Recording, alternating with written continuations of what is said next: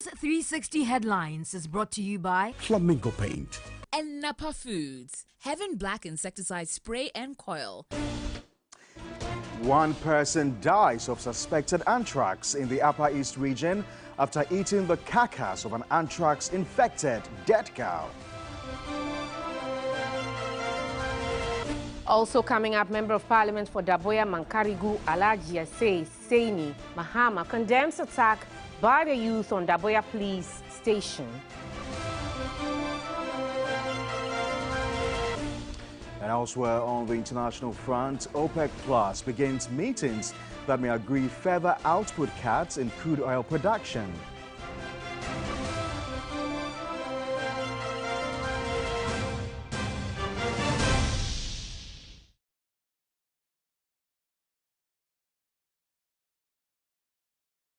We've got details of all these stories plus many more coming up in the next 60 minutes. Remember, we're streaming live on Facebook. We're also live on your DSTV channel 279. You can join us with your views, comments and suggestions on any of our top stories this hour. Feel free to visit any of our social media pages on Facebook and on Twitter. Now to our top story this hour, and one person has reportedly died of suspected anthrax in the Binduri district of the Upper East region after eating the carcass of an anthrax-infected cow. Now, according to the Upper East Regional Health Directorate, 4 cows died of anthrax in one of the suburbs of Binduri. 2 suspected cases of anthrax with 1 death was reported to the Upper East Regional Health Directorate on Thursday, June 1, 2023 from the Binduri district. A team of health experts were quickly deployed to the district and are conducting contact tracing of people who were believed to have eaten the carcasses of the suspected anthrax-infected cows. Preliminary investigations confirmed that 4 cows have died in the affected community.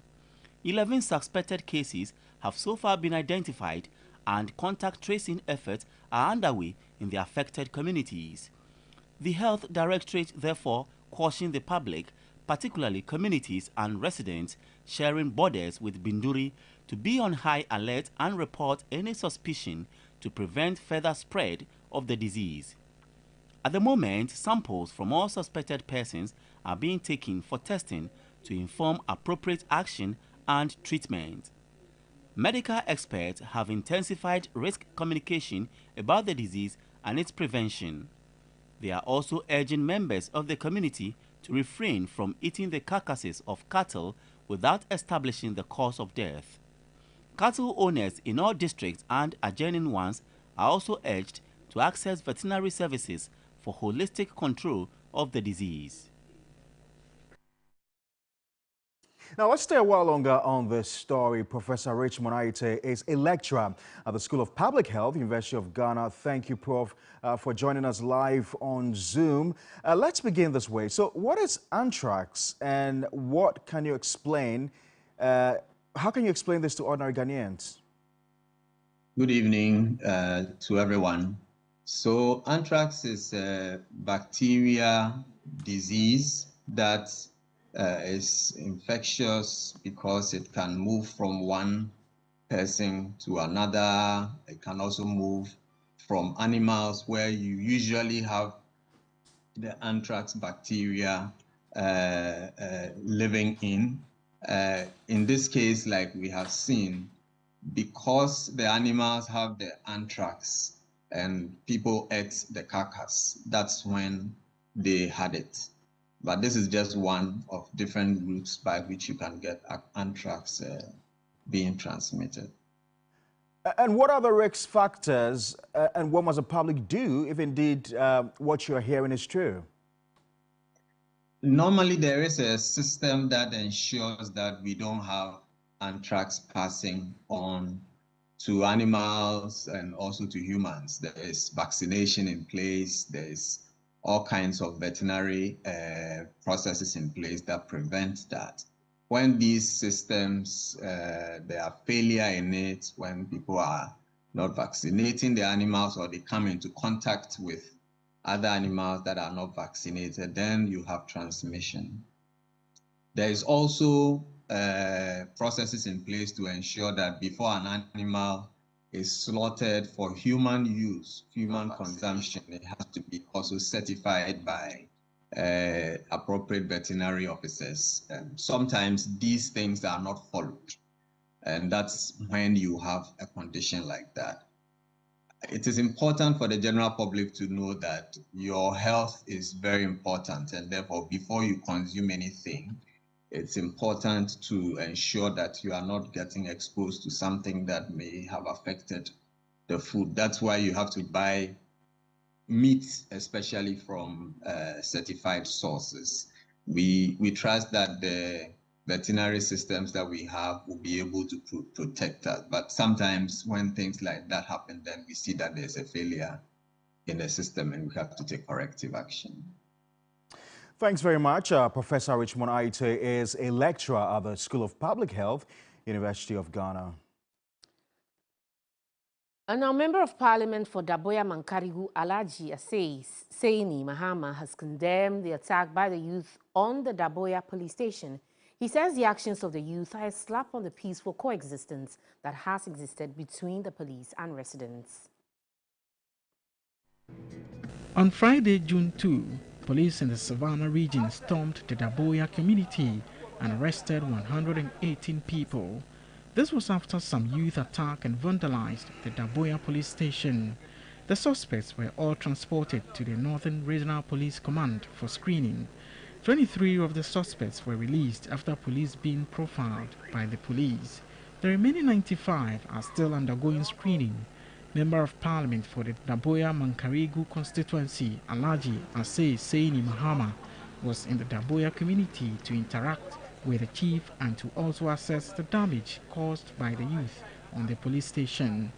But the beautiful smoke town was a ghost town as all activities were brought to a halt. He described the attack as unfortunate and uncalled for.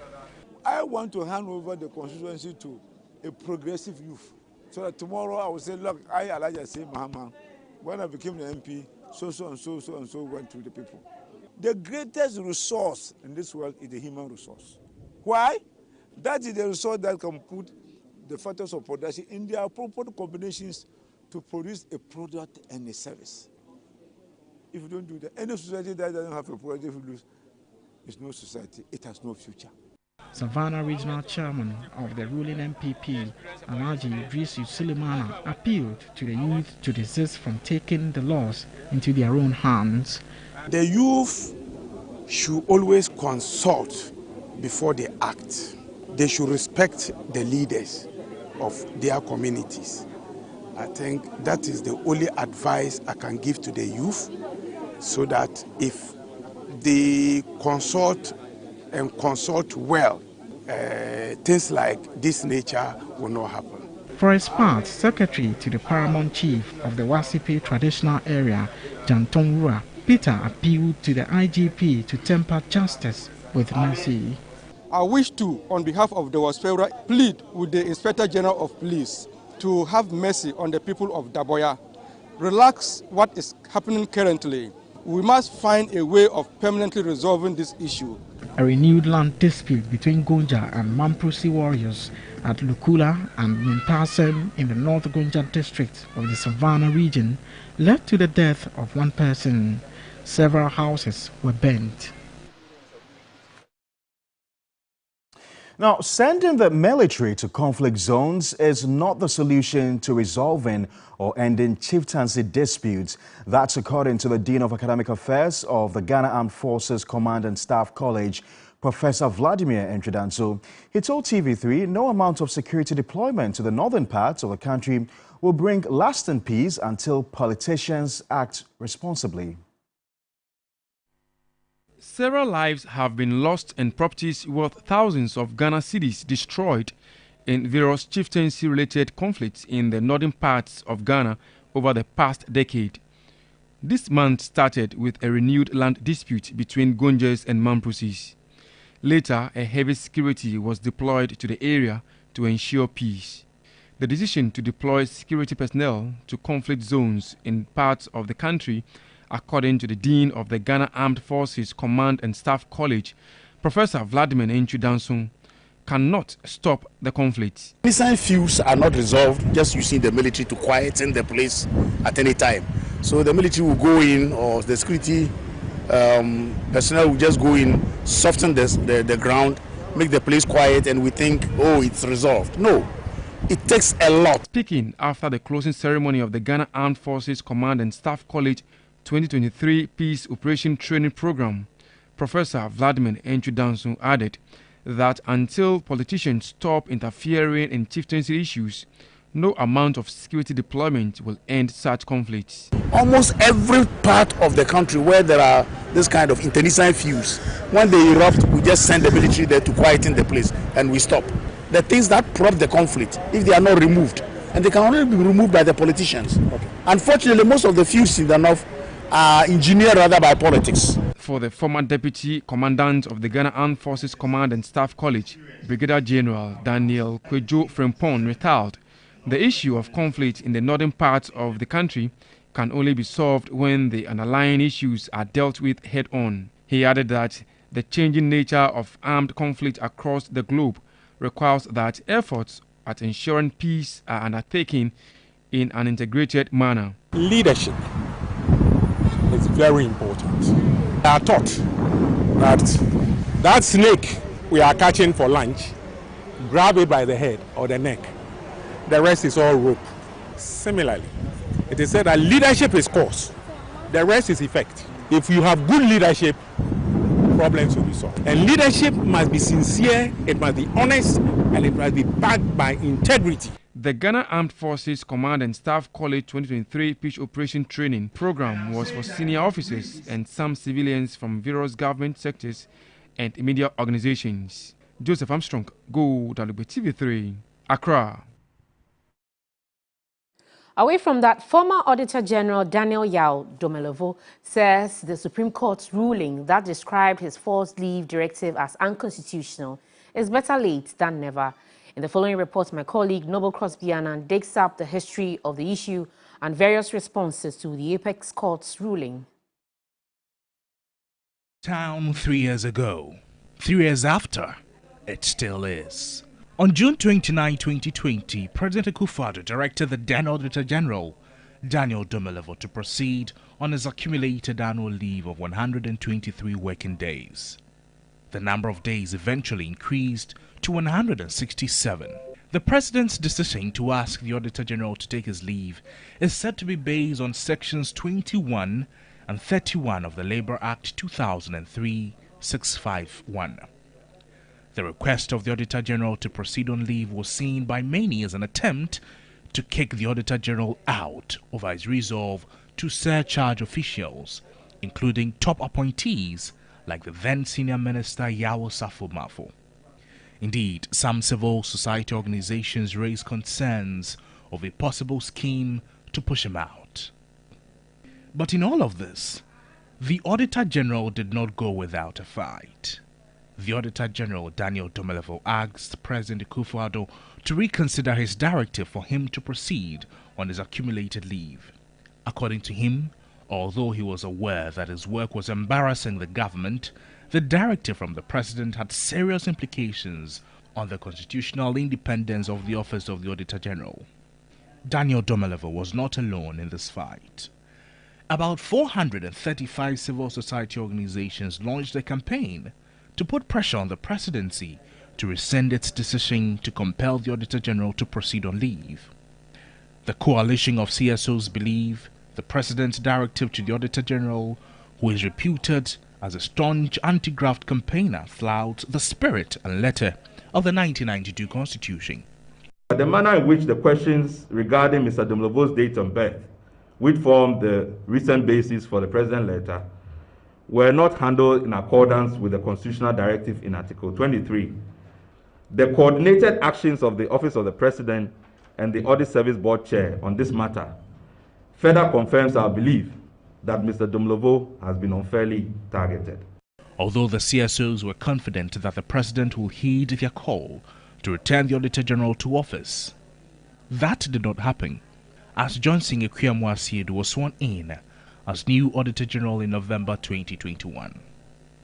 Some 9 civil society groups in Ghana before that sued government over its directive to the Auditor General to proceed on leave. They contended that the directives were unlawful since the president does not have the power to exercise such disciplinary control over independent bodies. After close to 3 years, the Supreme Court, in a unanimous decision, described as unconstitutional the directive from the presidency that asked the former Auditor General Daniel Domelevo to proceed on leave. The court also described as unconstitutional the president's appointment of an acting Auditor General, while there was a substantive Auditor General, as equally unconstitutional. Lawyer for the 9 CSOs, Martin Kpebu, says it was a difficult case to win. This is a very tough case, really tough. I mean, to be very honest with you, it was a case I was really scared that, look, we could lose it. Hey, you were scared that you could lose the case? Yeah. Why? Extremely. It's against the president frontally. Sure, don't play at all. The man at the center of all of this, the former Auditor General Daniel Domelevo, lauded the Supreme Court's ruling. Never again do I think it will happen. Since the Supreme Court has decided on it, it is an abuse of executive power, especially when it is expressly stated what must be done. The co-chair of one of the 9 CSOs, the Citizens Movement Against Corruption, Adam Senanu, says the ruling by the Supreme Court is a clear indication that the executive arm of government cannot interfere in the affairs of independent state institutions. It's a win for Ghana in terms of the separation of powers and the balance of powers in order to make sure that this country can run well. But former MP for Akwatia, Baba Jamal, wanted more. I thought that the Supreme Court should have gone a step further by making some consequential orders. Because if Domelevo has lost the opportunity to come back, what is his compensation for that? And you see, they've declared the appointment of his deputy, CLU also, as unconstitutional. What is the effect of that? Associate Professor of the Ghana School of Law, Professor Kojo Piejeyetua, says the Supreme Court should have acted timeously. The court could have acted timeously and it could have made a decision earlier, because this is a decision that was time-bound. And in such situations, the court has the right to and the power to determine that these other cases can be suspended while such cases are dealt with as a matter of urgency. On the back of the criticisms of the Supreme Court over some decisions made, presidential staffer Dennis Marakosa-Boaji says the reception that has greeted this latest Supreme Court ruling should be repeated with other rulings of the Apex Court. We should allow the Supreme Court to do their work. There are days that they will take decisions in your favor. There are days that they will take decisions against you. But at all times, let us protect the sanctity, the dignity, and integrity of the Supreme Court. It is okay if you have a one line that says, I disagree with the Supreme Court. There's nothing wrong with it. But immediately we move into the arena of trying to denigrate them because they have taken a decision that we don't agree with. Then we are causing problems for ourselves and even causing credibility crisis. However, Baba Jamal disagreed. Criticizing the Supreme Court after a decision is part and parcel of development of law. With this precedent, it appears future Auditor Generals are safer. A reminder, you're still watching News 360. This is our major news bulletin for the day. We're streaming live on Facebook. We're also live on your DSTV channel 279. Now, after resisting calls to seek an IMF bailout when the indications were not good enough, government finally gave in and went for a bailout program from the fund. Last month, the board approved Ghana's request for a $3 billion support program. My colleague Judith Awatri-Tando breaks down the issues in the following Newsdesk Explainer. 10 months after President Akufo-Addo directed the Finance Minister, Ken Ofori-Atta, to head to the International Monetary Fund for support, a $3 billion deal has been sealed in what has been described as a record. The extended credit facility is expected to help resuscitate Ghana's economy, which the IMF diagnosed as being in acute crisis. This, according to the IMF, was caused by large external shocks exacerbated by pre-existing fiscal and debt vulnerabilities, resulting in a loss of international market access. But the government has often insisted only COVID-19 and the Russia-Ukraine war are to blame. Having already received the first tranche of 600 million, President Akufo-Addo is optimistic that the economy is on the path to recovery, but concedes the success of the IMF is not a panacea to Ghana's economic woes. Access to the IMF facility will not spell the immediate end of the difficulties we are in presently. Economist and finance expert at the University of Ghana Business School, Godfred Bobking, one of the first to foretell Ghana's IMF quest, even when the government swore otherwise, agrees the IMF deal per se is not a magic wand to bring the economy back to life. The IMF itself admits that their program cannot do everything for us. And therefore, we need to complement some of the measures that are in the IMF program with our own homegrown measures. It's very, very important. Like all IMF deals, conditionalities abound, and Ghana would be required to ensure fiscal discipline under the strict supervision and reviews of the fund to continue to draw the rest of the funds. This will have implications on the government's flagship programs, which Information Minister Kojo Oppong-Nkrumah has confirmed would be reviewed. Utility tariffs as part of the conditionalities will be adjusted quarterly, and Ghanaians are already beginning to feel the pinch. Already things have been tough.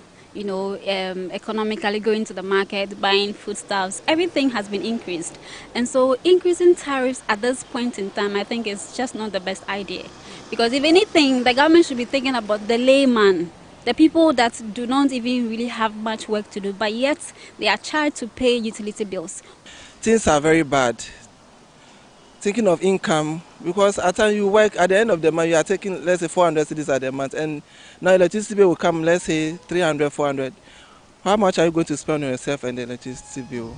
At the core of this program, however, are plans to mobilize more domestic revenue, improve efficiency of public spending, undertake reforms in areas of tax policy, protect the vulnerable, take steps to bring inflation under control, and to encourage private investment, growth, and job creation.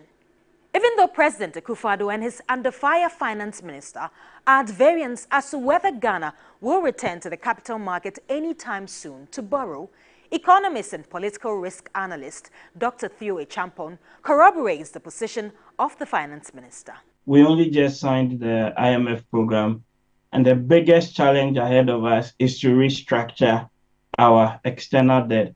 The very people that we want to go back and borrow more, from this international capital market. We've got over $13 billion of Eurobonds on our books. The future is that of uncertainty, a mix of hope and despair for the ordinary Ghanaian who now has to pay more for goods and services than before.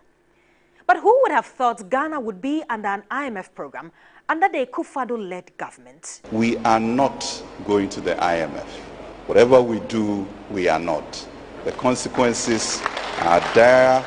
We are a proud nation. We have the resources. We have the capacity.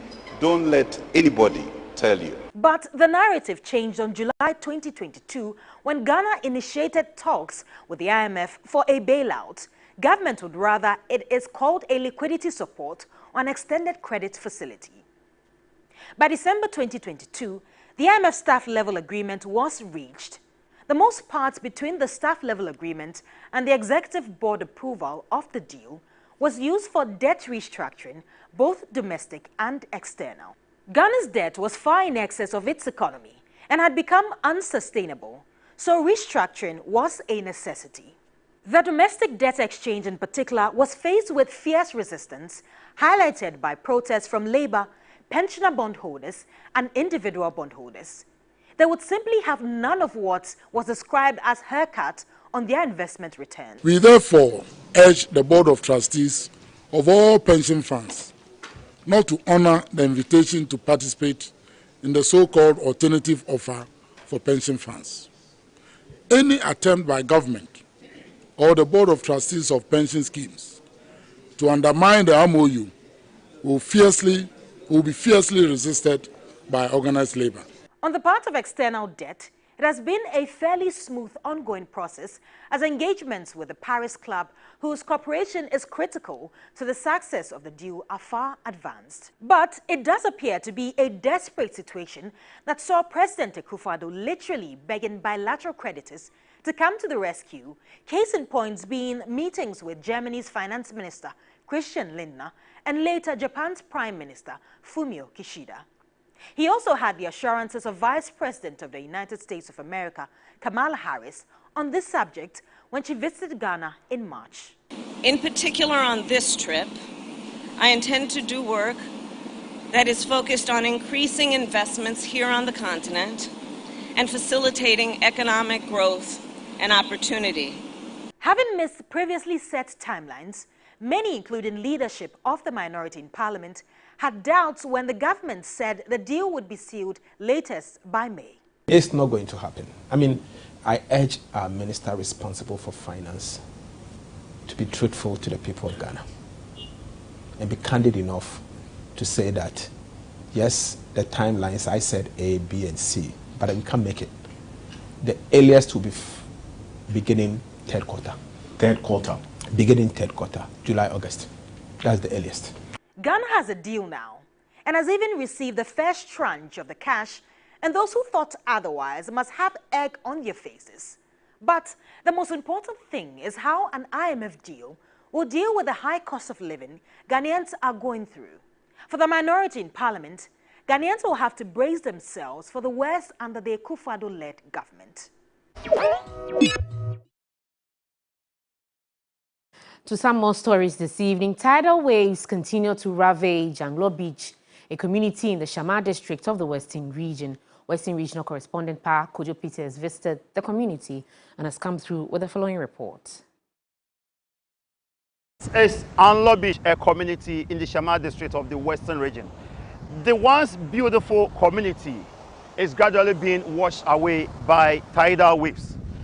Unfortunately, the community finds itself between the Pra River and the main Shama Beach, and the tide is fast eroding this once beautiful community. It was a shocking sight to see several households once located on the beautiful beach washed away. The sea is fast eroding the land and it worsens in the rainy season. The residents say about 90% of structures, including a workshop of the Methodist School, its playing ground, recreational center, which could host about 500 people, and portions of the Chief's Palace, all wiped out by the sea. 33-year-old Caroline Godor, who grew up here, shares memories of staying in her uncle's house with her parents and other family members. The entire household is now gone. This tree used to be at the center of the school compound. This tree. We do climb it during break times. And where we are standing is where the workshop of the JHS pre-technical class is located. So some of the classes were used as paid class for class 1 when we were many. When the enrollment was many, some of the classes that were at the side of the workshop were used for class 1, class 2. At the back of it was an office that they used to keep old items that are no more needed for use. The current situation proves the community in no time will not exist here, because the speed at which the sea is destroying everything here is very fast. These ladies clinging on to their fast disappearing house, but it's obvious they are losing the fight. John Kennedy Atipo is the spokesperson for the chief of Anglo Beach and an opinion leader. I've always been saying that it will not take any longer time, like 3-4 years time, the whole community will be off. Behind me are the primary 4 pupils of the Anglo Beach Methodist Primary School. They have to be moved here. This happens to be the church premises of the Global Evangelical Church. Unfortunately, their school structure have been washed away by the tidal wave. The community secretary, Emmanuel Kwashi, says they have, through self-help, put up a 3-classroom block with another unit at the foundation level. They, however, need help. This structure is ongoing school projects. Anglo Beach community happened to have 2 schools. One was built in 1952, which was far away from the sea. Unfortunately, the sea came to take over the school, of which the government has to relocate the school to this side. But many appeals were made, but there was no any help from anywhere. So the community thought it was that they have to, locate their own children. So currently, we are building this one so that we can accommodate the rest of the 3 classes. Several letters were written to the District Assembly to help us.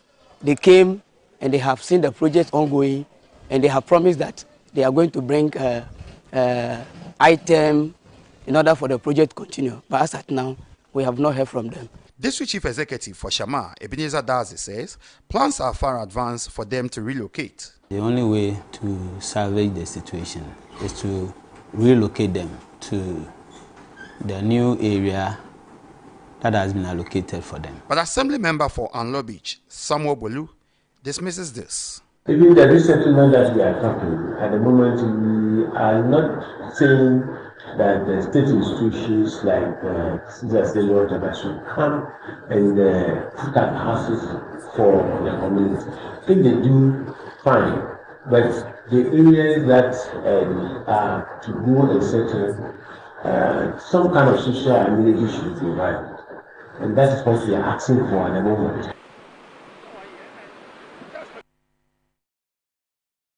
If you just joined us, this is News 360, our major news bulletin for the day. We're going to go for a short break. When we return, we'll bring you Mission.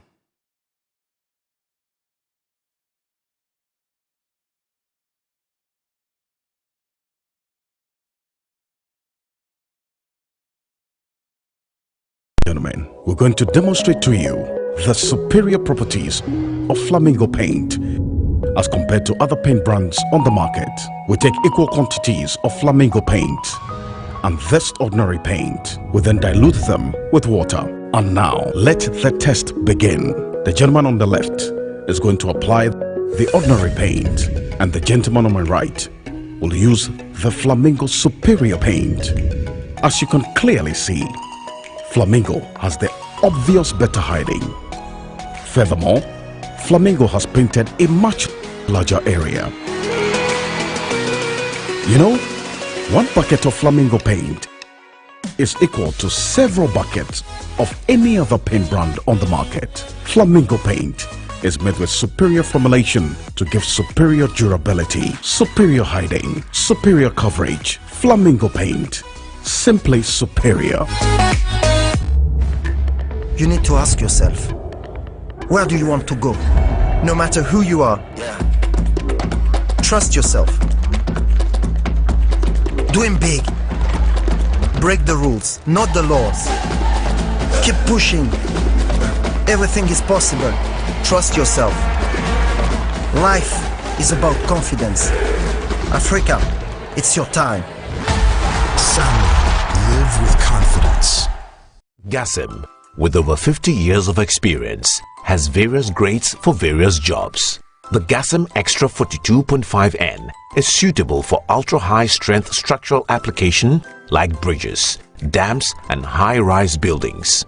The GASM Super Strong 42.5R was made for high structural applications like precast concrete and block manufacturing. The GASM Super Rapid 32.5R is here for normal building foundations like strip foundation and other ordinary concrete works. The GASM Super Cool 32.5N is best for all block laying, tiling and other mortar works. Never believe that one grade of cement can be used for all jobs. Choose GASM cement always. GASM, 4 cement grades, excellent customer value. GASM, the nation builder. Are you tired of struggling with bad financial situations? At Quick Credit, we understand the difficulties that come with transitioning to a better one. That's why we're here to simplify the process for you. With loan facilities from 1,500 cedis upwards, all you have to do is call and we will take care of the rest. All you need is your national ID. No savings, no collateral, no susu, no deposits, and no account opening required. Quick Credit has you covered. Whether you're expanding a business, starting a new one, facing an emergency like school fees or funeral expenses, or even just in need of a salary loan. What are you waiting for? Call Quick Credit today. 0302 200 390 or 059 692 0833. We do not give loans via the internet. Quick Credit is regulated and licensed by the Bank of Ghana. Terms and conditions apply. Quick Credit. Lending made simple.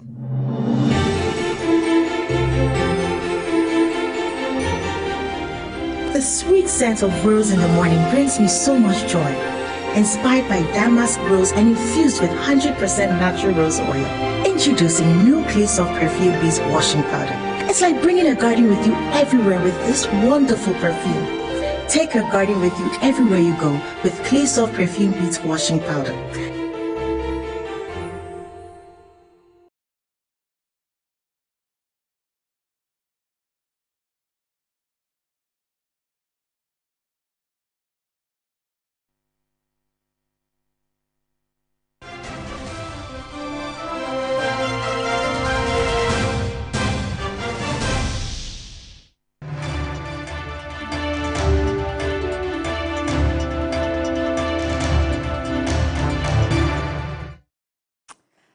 Welcome back to News 360 and welcome back to Mission. This edition of Mission is funded by the United States Agency for International Development, USAID, from the American people. Tonight, my colleague Stanley Niblo throws the spotlight on activities of fish processors at Halfasini in the Western region. Monday morning at the Halfasini London beach, and frustrated fish processors are awaiting the arrival of fishermen who had gone to sea the previous night. Emilia Donko, who finances the operations of 4 fishing canoes, is one of them. On their return from the fishing expedition, not all the fish processors had fish to buy because most of the fishermen returned ashore without any catch. But fortunately for Emilia, who has been processing fish for 2 decades, 2 of the canoes she funds their operations had substantial catch. So fish from those canoes were given to her to defray part of her investment.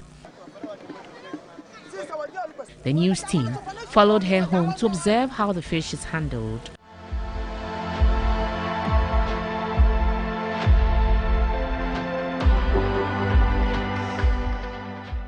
Fish from the fishermen was heaved in a concrete trough where washing and sorting were done before getting it smoothed. Ideally, the trough must be kept clean. This is because the fish could be germs infested. But here, none of the personal hygiene tips is observed. I didn't know the man when that didn't fresh.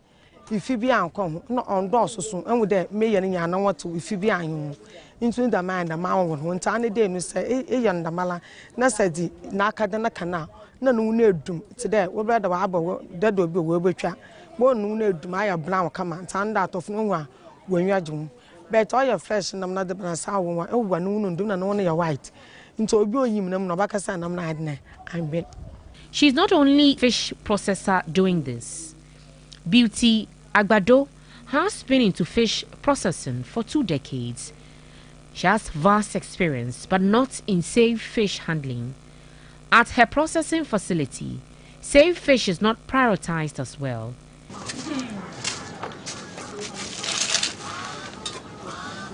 Here, fish to be smoked is put in water to rid it of sand particles, but the basic requirements are often overlooked. An algae-ridden well supplies water for use at the processing facility. She's aware of the basic hygiene practices, but justify why they do that. And now, the way now, is a beautiful.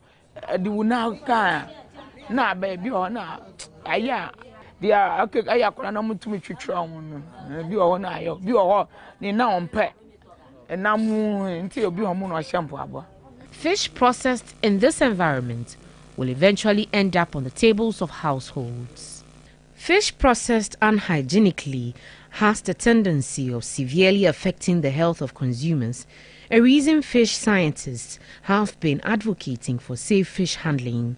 Director of the Inspectorate Division of the Food and Drugs Authority, Maria Lovelace Johnson, detailed the impact of consuming unhygienic fish.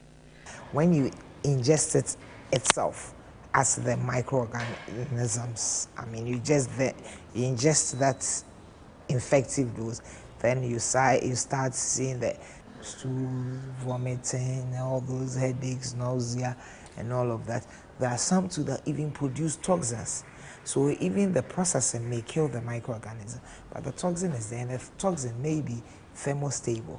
So no matter what, you will end up having a microbial infection. She wants both processors and consumers to make safe fish handling a priority. Fish safety is a shared responsibility.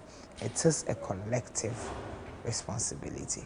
So let us all work hard and keep our fish safe, keep our food safe, because you, the producer, will be the consumer the next day.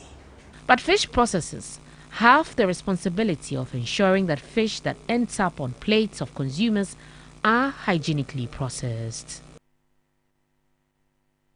The Fisheries edition of Mission is funded by USAID, the American people. Thank you for watching.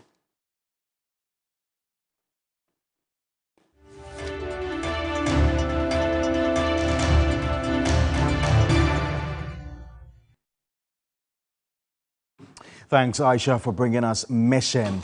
Now, close to 400 residents of 4 communities in the Nsawam Adwejiri municipality of the Eastern region have been rendered homeless following a rainstorm. The National Disaster Management Organization is yet to provide relief items to victims 2 weeks after the incident.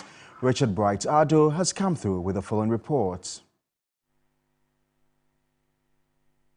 The rainstorm swept over the 4 communities. Homes, farms, animals were all not spared. 70 houses at Akwani Dobro, Yaujan, Esia and Yau Adiba were hard hit. 35-year-old Jonathan Osei lost more than 1,000 birds at his once vibrant poultry farm. I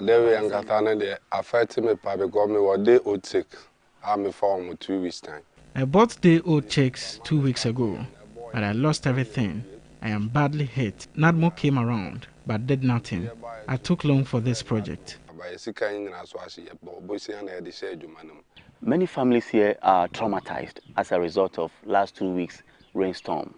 This man here, a farmer, has 2 kids. The next meal is not even guaranteed. They end up sleeping at the very place that the rainstorm affected. One person who sustained a cut on his head is reported to be on admission at the 37 Military Hospital in Accra.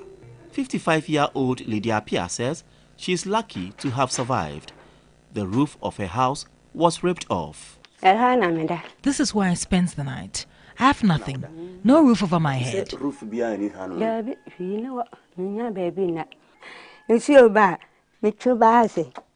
Anytime it rains, I squeeze myself under this iron sheet to escape the rains.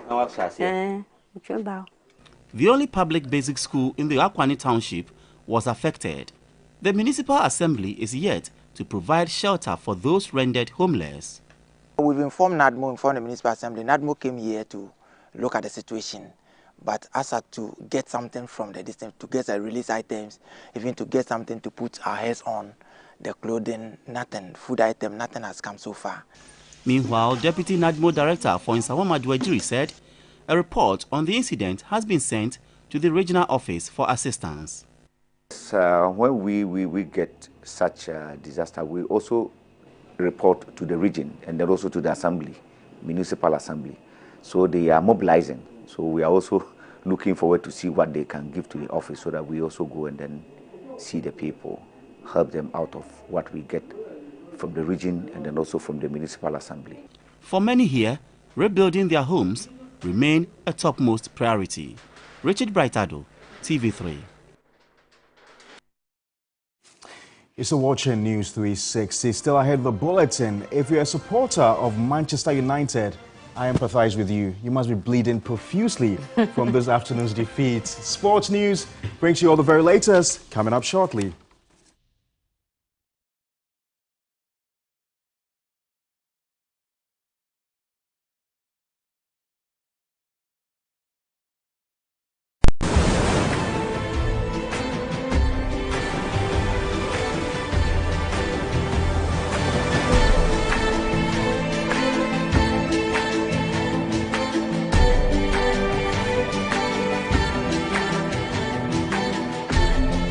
Crown your style. New Ohima collection from GTP. Now available at any of our accredited dealers nationwide or any Woodin shop. GTP. Life styled. The fishing industry in Ghana is of prime importance to the economy and the well-being of the people. Sadly, this critical industry faces a hidden threat that threatens its very existence and survival. Join us as we shine our spotlight on the canker of illegal fishing, a practice that has devastated our marine resources, depleting our fish stock, leaving our fishermen with empty nets, fish processors struggling to survive, and our communities in dire straits. We delve into safe fish handling and processing, certification and licensing schemes.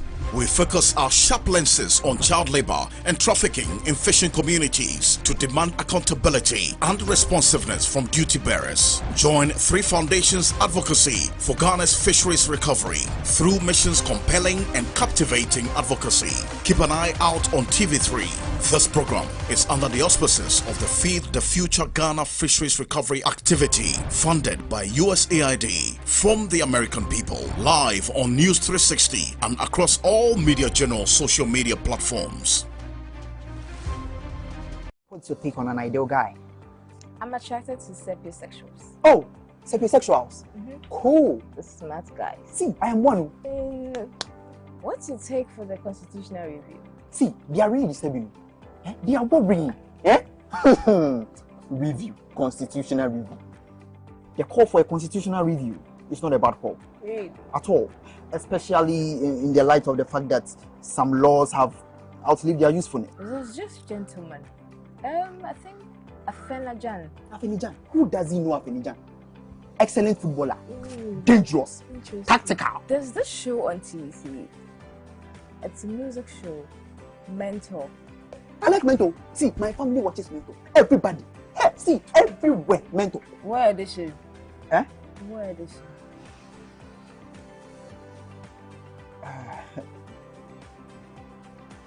Mentor's gonna take you higher. Don't be clueless. Stay on top of issues with 3news.com and tune in to Media General's radio platforms on the go using 3news.com. To you by Gentleman Cosmetic Range.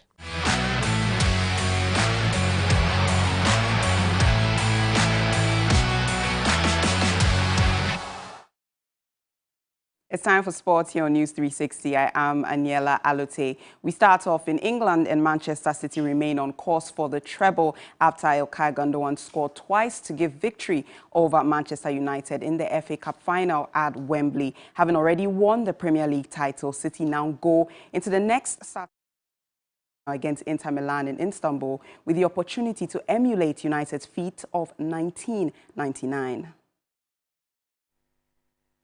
It is the 190th Manchester derby. Two of those have been FA Cup semi-finals.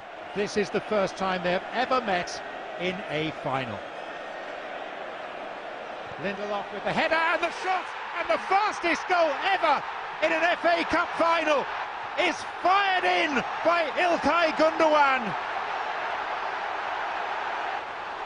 Barely 15 seconds. Shatters the record of Louis Saha in 2009 for Everton. Immediate history in spectacular fashion in the FA Cup final.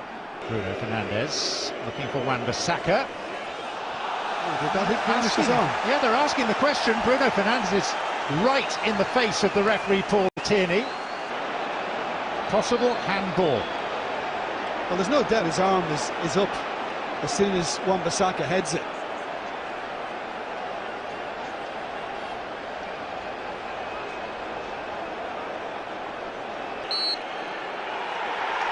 It's a penalty. And Manchester United have that potential lifeline. It's Bruno Fernandes. And thanks to a very modern VAR lifeline, Manchester United, improbably, are level in the FA Cup final. So De Bruyne has picked himself up.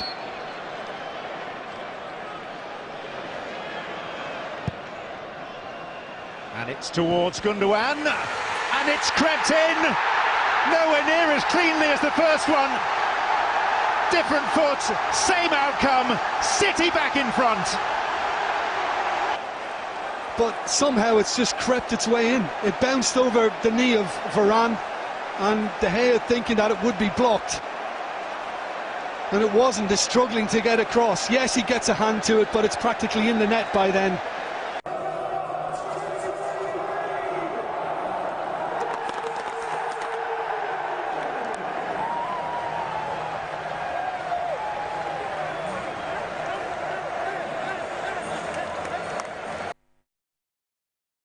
Proceeding to Kumasi, the Black Princesses of Ghana are currently up against the Falconets of Nigeria in the Under-20 WAFU Zone B Cup final at the Baba Yara Sports Stadium. Both teams have remained undefeated throughout the tournament, and we are close to seeing who ultimately lifts the trophy. The Black Princesses are currently in the lead thanks to a first half goal from Stella Nyamiche and hope to win on home soil as it stands.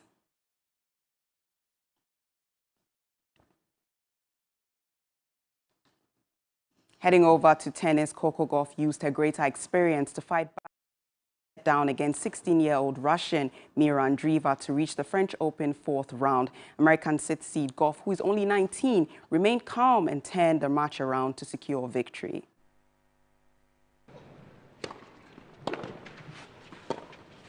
Gauff.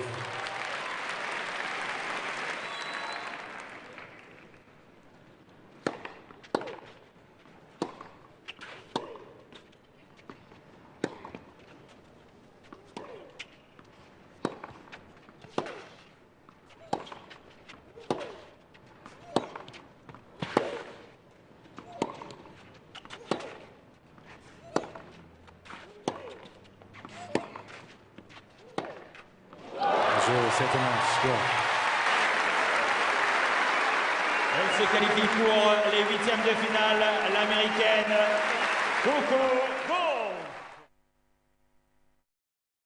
That will be all for sports here on News 360. I am Aniela Alute. Up next is entertainment news. Entertainment news segment is brought to you by Awake Purified Drinking Water and powered by 3 Entertainment.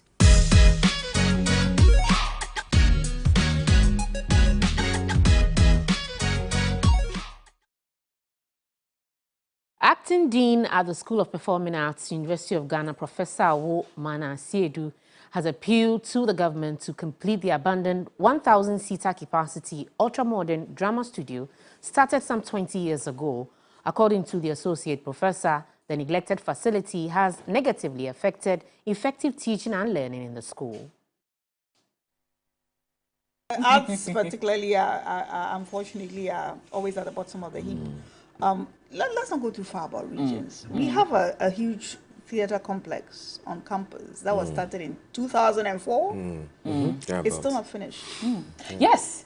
I came into the school. I saw that building and I've left and it's still there. A real eyesore with a hoarding and everything. Away from it. And then I've been pushing. It's a GET Fund project. It's been abandoned, in quotation marks. I hope not. We've been pushing. I don't have connections in government to push. It's the university authorities that we are pushing. And I'm glad George Quay there has been pushing a lot, has been speaking about it. And we launched a fundraising campaign to raise money to fix it, but we didn't get much at all. And so forget about the regions. I mean, how about the School of Performing Arts? We are training the new people the new for generation. The industry. And now we are forced, you come and have students having practical classes under trees at the university in the 21st century Ghana. When it rains, we can't use the drama studio. Classes have to be cancelled. I mean, meanwhile, we are forced to take huge numbers of students. We are losing our international students. It's heartbreaking. Elsewhere, the prestigious annual Ghana Women Awards returns with a bang this Sunday, June 4, at the Accra International Conference Center, rewarding over 20 outstanding women from different fields and scopes of life and work for their impact in society and transformation of lives. from security services, business, corporate, media, sports, entertainment, amongst others. Celebrating womanhood, a key element for national development as it's the overarching objective. The 2023 edition is hinged on the SDG Goal 5, which aims to achieve gender equality by ending all forms of discrimination, violence, and any harmful practices against women and girls. In other news, the Director of Policy Planning, Research, Monitoring and Evaluation at the National Commission on Culture, Theo Richardson Comey, says Ghana's culture and tradition have the potential to rekindle the patriotic spirit amongst Ghanaians. He called for the promotion of Ghana's unique culture to help shape the thoughts and behaviors of the youth. He was speaking at the launch of the African Culture Festival. One whole month, we are going to learn also about our foundation, that is our culture. The Organization for African Development, in partnership with the Ghana Tourism Authority, UNESCO, the National Commission on Culture and other stakeholders have for the years been working towards establishing a festival to celebrate the African culture in Accra. Running from June 21st to July 22nd, the event, dubbed Cultural Fest, the African Experience, will celebrate Africa's culture through art, food, film, music, and ultimately put a major spotlight on Ghana's tourism potentials. To the Tourism Authority, Ghana stands to record a massive economic boost if attention is paid to harnessing her tourism potentials. If we had a lot more to do with our tourism potential as a country, just as the President indicated during the presidential summit, we may not have to go into borrow about $3 billion from the IMF. So it is time for us to use our culture and then input it to our youth and the teeming public, so we are able to see to that realization of a buoyant economy using tourism. The Culture Fest will also bring together the diplomatic corps, UN agencies, captains of industry, traditional leaders to network and share ideas on how to best promote Africa's culture. Director of Policy Planning, Research, Monitoring and Evaluation at the National Commission on Culture, Theo Richardson, is hopeful that promoting our unique culture is necessary in shaping the thoughts and behaviors of the youth. And we have always maintained as an institution that there's a need for us to look at promoting our cultural values that are able to affect behavior and be able to promote honesty and hard work, dignity and truthfulness in the young people. We have realized that one of the key behaviors that is militating against the growth of our country is corruption. And for us to be able to nip that in the mud, what we need to do is to be able to start with the young people and be able to educate them to cherish our cultural values.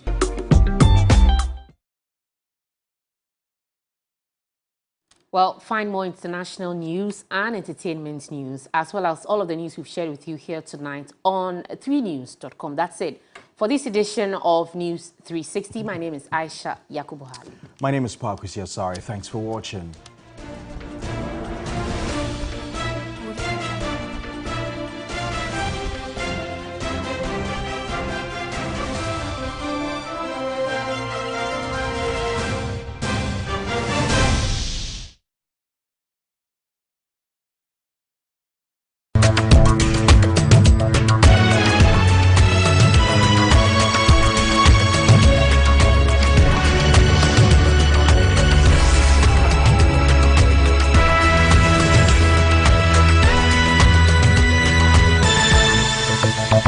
La